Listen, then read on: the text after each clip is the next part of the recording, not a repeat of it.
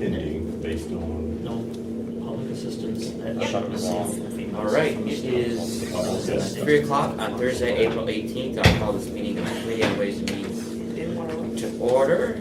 Let the record reflect Councilmember Brown is absent but is on his way. So we'll first need approval for the minutes of March 7th. A motion. I would like to make a motion to adopt the March 7th minutes as is. All right, that is a proper motion. Any discussion? No. Seeing none, all in favor say aye. Aye. All opposed, no. Public comment on agenda items. Doesn't appear we have anyone from the public. So we will move on to item 5B, a resolution for workers' compensation settlement claim. That one. Yep, so this is a workers' compensation claim. We are recommending the settlement at $48,000, consistent with what is in your resolution. I'm happy to answer specific questions if you have them. What questions am I supposed to ask you? You may ask whatever questions. There were previously standard questions. If those aren't, Full redemption, duty disability. do you want me to? Yes, please. Okay, sure. The claimant will not return to work. They are retired from the city. They were not offered a job in another department because they are retired. Right. It does not apply for, they are collecting duty disability retirement benefits. This is a full and complete redemption of all claims. Any other questions from you all? No questions. Seeing none, I move to. We need a motion to pass the resolution. I make a motion. It's a proper motion. Any further discussion? Seeing none, all those in favor, please say aye. Aye. All opposed? Motion carries. Next item is the grant acceptance for the Bloomberg Philanthropies Youth Climate Action Fund. Who's presenting today on that? Jake. Jake? All right, Jake, you're up. Yep. Tell us about this. Yep. So Mayor this announced is, this Monday night, right? yes. So I will let Zach speak to some of the finer details, but this is a grant we received from Bloomberg. I'll leave the programmatic details to you. Yeah, sure. Good afternoon. My name is Zach McElroy out of the Mayor's Office, who hasn't met me quite yet, but Bloomberg Youth Climate Action Fund was a funding opportunity that I solely applied for to provide us with $50,000 to then administer and disperse micro grants for the amounts of $1,000 to $5,000 to area youth-focused organizations, whether that be a school or a nonprofit, with programs related to climate, sustainability, and that could include education curriculum, a tree planting day, a cleaning day, water cleaning day, whatever that may be that falls in line with Bloomberg's goals. We would then review their application and then award funds, again, between $1,000 and $5,000. So. Yep. So the total amount of the grant is $50,000. And do you know what the term is off the top of your head? It was announced on March 15th of 2024. And it's one-time money, and we have to spend it within 18 months. 18 months. Okay. And I see Councilman Brown has his hand up. Thank you. This, I know that you had increments of 1 to 5,000. Is that what they subscribed, or is that something that you came up with? That was their rule that they had set within the requirements of the grant application, that once the awardee was given the funds, we then administer micro grants at our discretion between those amounts. Okay. And then are these funds, it said, if I understood you correctly, that it would go to organizations, not individuals? Correct, yep. Do those organizations have to be nonprofit? They don't have to be.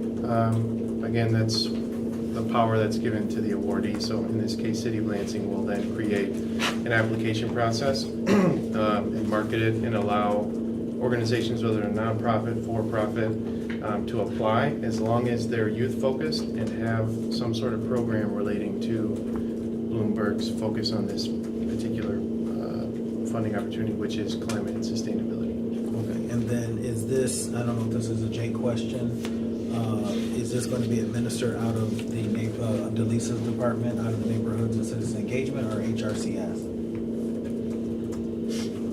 Laura- Have we decided on that Lori particularly, Welch. or? I have plans to collaborate with both Delisa's department as well as public service, as it involves kind of both of them. Delisa's department being, experienced with doing this exact thing, administering microgrants, and public service having the know of area organizations that have climate and sustainability focused youth programs.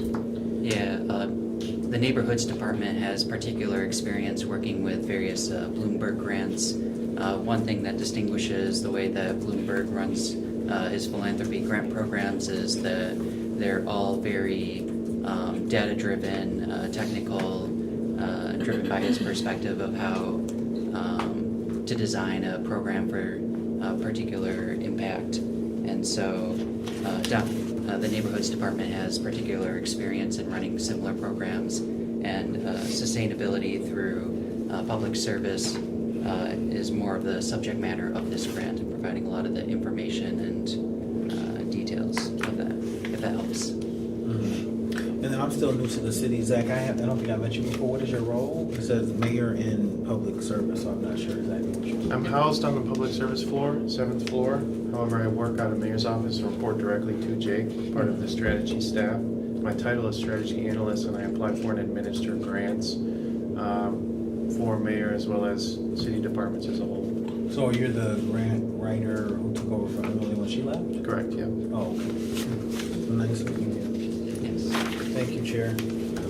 And I may have missed it, you said, so it's an 18-month term, so is that when the grant needs to be fulfilled, or is that when the applicants need to apply for the grant if received? So the funds need to be out of our hands by that time.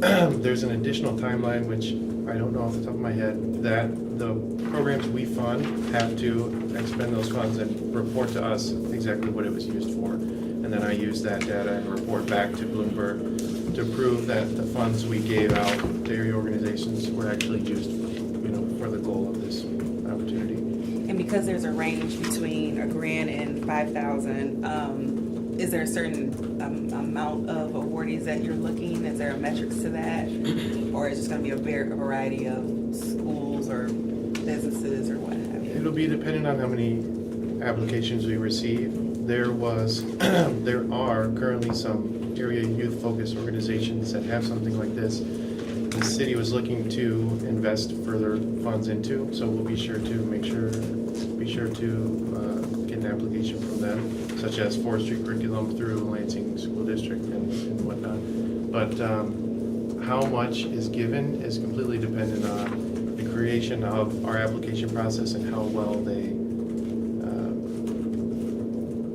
apply. I guess if that makes sense. We're still yet to receive an agreement, a signed agreement from Bloomberg, which will lay out more details. And will it be just yourself that will be the determination or the determinant of who receives it, or is going to be a combination of like yourself, potentially Delisa, and so forth? I will put together a review board. I think that's smart, and getting as many minds as possible related to this to review and approve or disapprove of applications we receive. I think one voice that would key to that would be Lori Welch, the sustainability admin. Right, yeah. Cool. Any questions? Last question I would have is, so if you're gonna put that committee with Lori together, are you able to provide, I guess, the matrix in which you're going to use as a scoring tool to council, so that way we're aware, just in case there's questions from constituent or stakeholder groups? Sure, I can put something together. It has not been created yet, as our application process hasn't been created yet, so. Okay, thank you. Review criteria or rubric can be provided. Thank you so much. Okay, I need a motion to approve the resolution. Yep, I make a motion to approve the resolution for the grant acceptance Bloomberg Philanthropy Youth Climate Action Fund. Very good. There's a proper motion. Other discussion? Seeing none, all those in favor, please say aye. Aye. All opposed? Motion carries. Thank you very much. Next item is item D, is a resolution for grant exception from MEDC's Revitalization and Placemaking 2.0 program. Jake and Chris, right? Yes. Welcome aboard. Welcome back, rather. Excellent. So we're excited to finally be bringing this to your attention after a long time announcing that it was allocated to us as in the intent to give us an award. And since then, we have been waiting for MEDC to provide us with the actual agreement. We had applied to them with 6 projects. And if you'd like to get into the details of that, you can. MEDC has talked to us. They said they've given us a letter of intent that they are going to award these funds, being the reason that we felt comfortable bringing to you a resolution accepting it, or authorizing the administration to accept the funds. And the project itself, they're expecting to get us an official grant agreement by the end of this month. And with the number of projects being shovel-ready at the time of application, we wanted to make sure that we would be able to immediately jumpstart the projects as soon as we got all of our paperwork signed. Thank you, Jake. You want to talk about the project itself, or does anyone have questions so far? Not so far, but Chris, maybe want to talk about the projects. Yeah, and so there was a council memo provided by the mayor's office, I think in June of last year, that outlined there were originally 6. We ended up submitting for 5, but those include the former Parks Furniture Building, now known as the Iris. It's a mixed-use development off of West Saginaw, and then also 3700 South Waverly. It's a commercial redevelopment at 3700 South Waverly Road. And we have the Child and Family Charities. That's a commercial redevelopment at the former McLaren Green Lawn campus. Prudent Wheel Walks, which is a residential redevelopment at 700 May Street. And then ROCO, the commercial redevelopment in south of Frandor. So those are the 5 projects that we had put forth in the application submitted to MEDC. There are requirements for those to reach certain milestones and will be fully vetted within the agreement prior to receiving any funding. Several of these are getting to the point as well. There's other asks associated with them, both state and local, that we're working through, but a good slate of projects that we're excited about. We didn't fund Allen's. No, so, and that was they pulled out willingly. There was an issue, so the requirements of the application, they needed to have a line on the budget, floor plans, and they just didn't have those. They thought they would have those ready in time for the application, and they did not. So they realized that by putting it in the sub-grantee application, the group of projects, that would be kind of a ding on the overall points. They'd lose points for not having that, and generally be ineligible. So they chose to step in from it.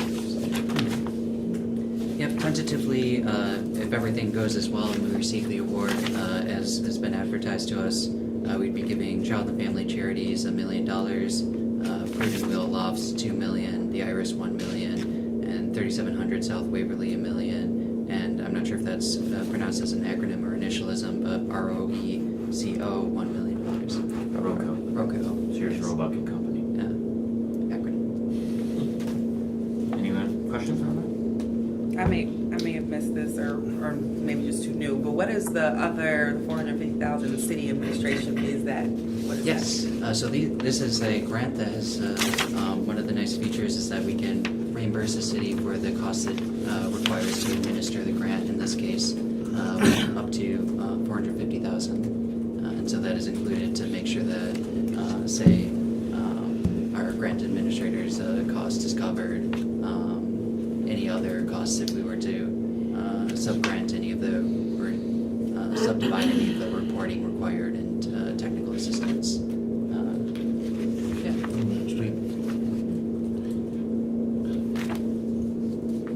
If I heard you correct, I believe I heard you say that if we were awarded. Yes, so we These have grants. a letter of intent from MEDC that they are going to award us the grant. It appears to be technical matters on their end, so we previously worked with them to get the Revitalization and Placemaking 1.0 grant agreement. That was funded through the ARPA program, where RAP 2.0 is going to be funded directly through the state. And so MEDC is working on establishing the exact structure of what they want for reporting. And while they finalize those details, which has taken them a considerable amount of time and made for a lot of uncomfortable conversations. What is a considerable amount of time? A year.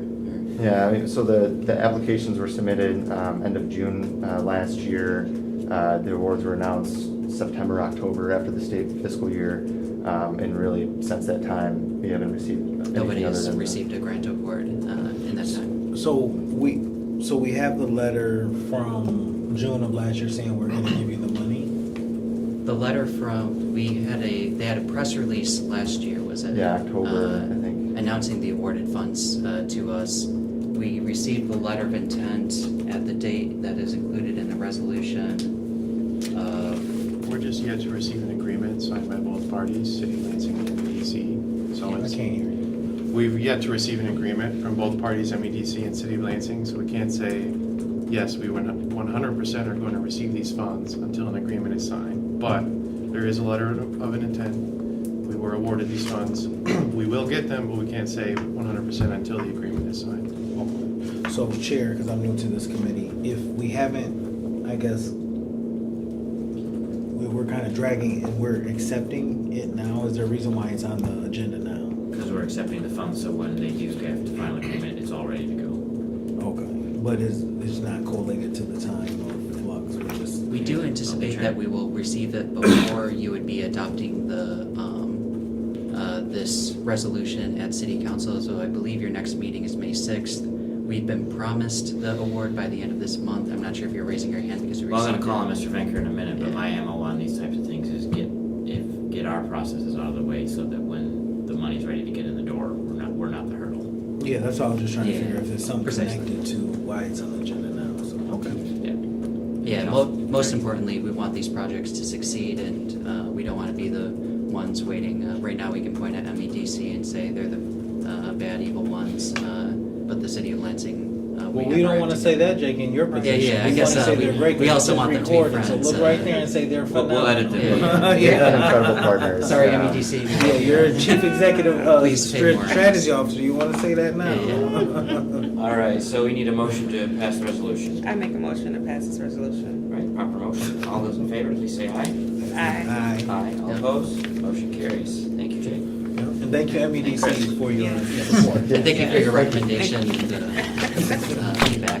Next up, we've got the State Disaster Contingency Fund reimbursement with Chief Judge.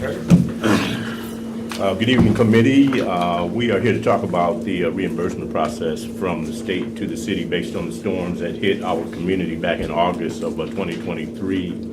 As you should be aware, I'm sure you are aware, we did not meet the threshold for federal reimbursement through FEMA on a public assistance standpoint. The document you have in front of you reflects some disbursements relative to the individual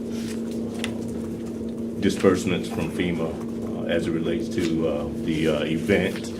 And just wanted to provide that just as some background information at a 60,000 foot level, if you will. So with that, I'll turn it over to our Emergency Management Division Chief, William Engelter, to talk about the state's process on the reimbursement. All right. Good afternoon, committee members. The resolution you have in front of you is essentially the state has opened up, because we did not qualify for public assistance through FEMA, the state has opened up what's called Section 19, which is Section 19 of Public Act 390. And what that is that's the state emergency and disaster contingency fund. It's a much smaller fund, but it is a way when the state does not meet the threshold for FEMA assistance, it's the way that they can still get communities somewhat financial relief by opening up the disaster fund. There's a process for this. The process has many parts. It ends up ultimately going to the governor's office for approval.